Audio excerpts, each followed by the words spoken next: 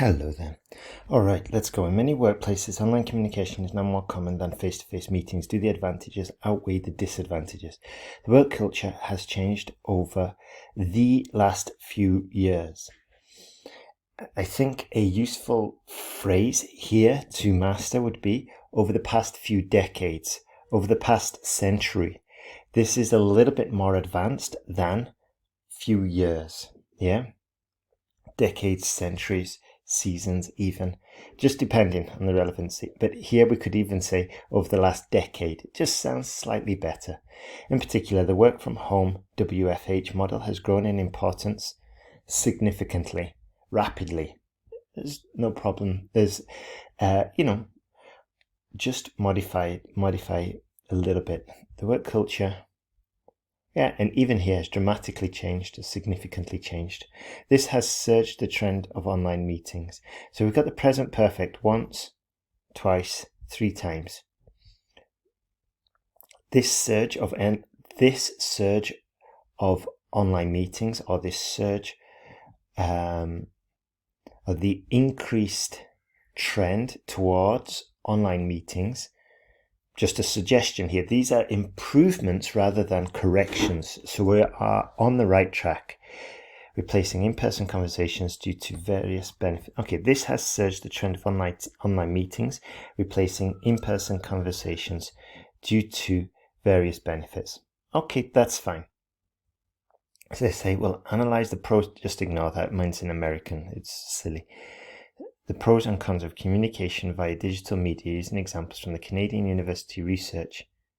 From research is plural, so from Canadian University research, and a report from the World Health Organization, brackets WHO. Well done for putting that in brackets there. Good stuff. On the one hand, there is ample evidence that live connections are gaining popularity. Beautiful. Central reason behind this is threefold. The central reasons, maybe, behind this are threefold. Actually, no, that's fine. Sorry, that's fine. Firstly, it is convenient to arrange the meetings as there is no need to book a conference room to accommodate employees. So it's easier, yeah? Comparison here. Firstly, it is more convenient, to arrange the meetings as there is no need to book a conference room to accommodate employees. Beautiful. Secondly, it is a cost-effective approach because team leaders are not required to provide any team meals. Okay. Just a side note here, I would have developed this one. Okay. Secondly, due to the lack of a physical, due to not needing a physical space, the cost is significantly lower. And we'll just develop this one a little bit further. And I think it's a more significant cost, we've got convenience and then we've got the cost. And I think team meals is a small cost, but renting a whole conference room is a huge cost. So just slightly more significant. Lastly, it is a win-win situation for team members as they can attend a meeting from the comfort of their home office. Okay, it's kind of the same as that. It's more convenient, isn't it?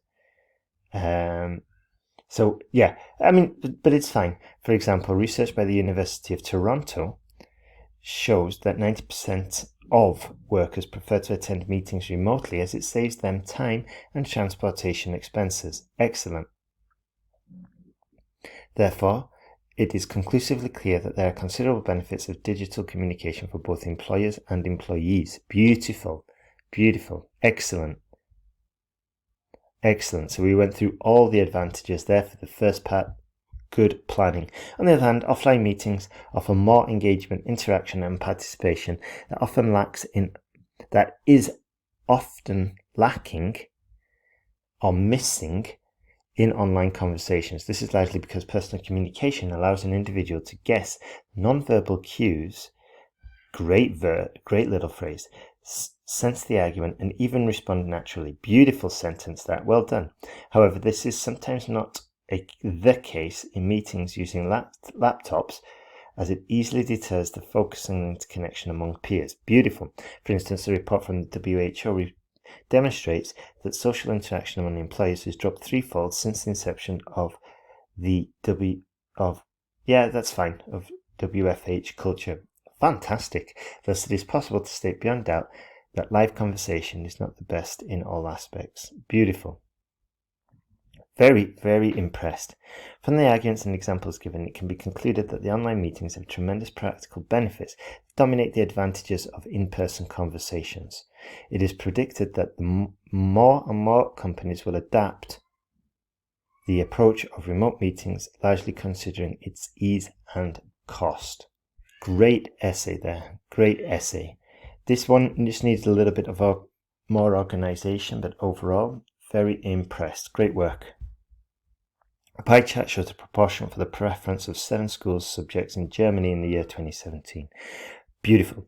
Overall, the choice for various subjects, physics, maths. Be careful with your capitalization here. Okay, it's usually only languages that have the capitalization, and IT and PE as well, because they're acronyms. So, and they are capitalized in the chart, I believe, because they're kind of like titles of the different sectors.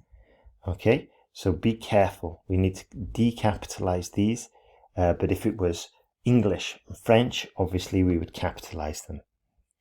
Ignore that as well. It's set to America for some weird reason. It is clear that PE was the most popular subject in schools of Germany, followed by the second favourite, that was history, noted at 22.9 and 22.4% respectively. Beautiful. Maths and physics were moderately moderately popular, moderately liked, or even we could say the second most favourite. By the second favourite, okay, the third. So what grouping could we do here? So grouping is a key skill here. So we've definitely got to do the maximums and the minimums, okay? And then we've got to do some grouping, but this one is a horrible graph. But yeah, I would have grouped those at around 22%, and then like you've done, grouped the second ones as well. And just make the grouping a little bit more explicit. So I say followed by physics and maths with both around between 18 and 19% each respectively. Where 19, yeah, also, look, here we've got, I rounded it up. First I grouped and then I rounded it into the group between 18 and 19, more or less, okay? We could say around 18 and 19 each respectively, because we don't want to list every single data point, 7.1, 6.4. So if we're grouping, we can group them into ranges. This also opens the door for fancier phrases such as, let's see, just over 7%, almost 4%, around, just under 23%. If we can get those phrases in, we're on the right track. Also, just another side note, biology, let's look at 7. So if we can find one that's 21, which is the closest. Yeah, biology is roughly 3 times less that of history. Those kind of comparisons are pretty handy as well. IT is roughly half of biology. Let's see, where 19.5% is demonstrated for maths.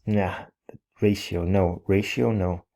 So where almost a fifth of the students like maths, okay?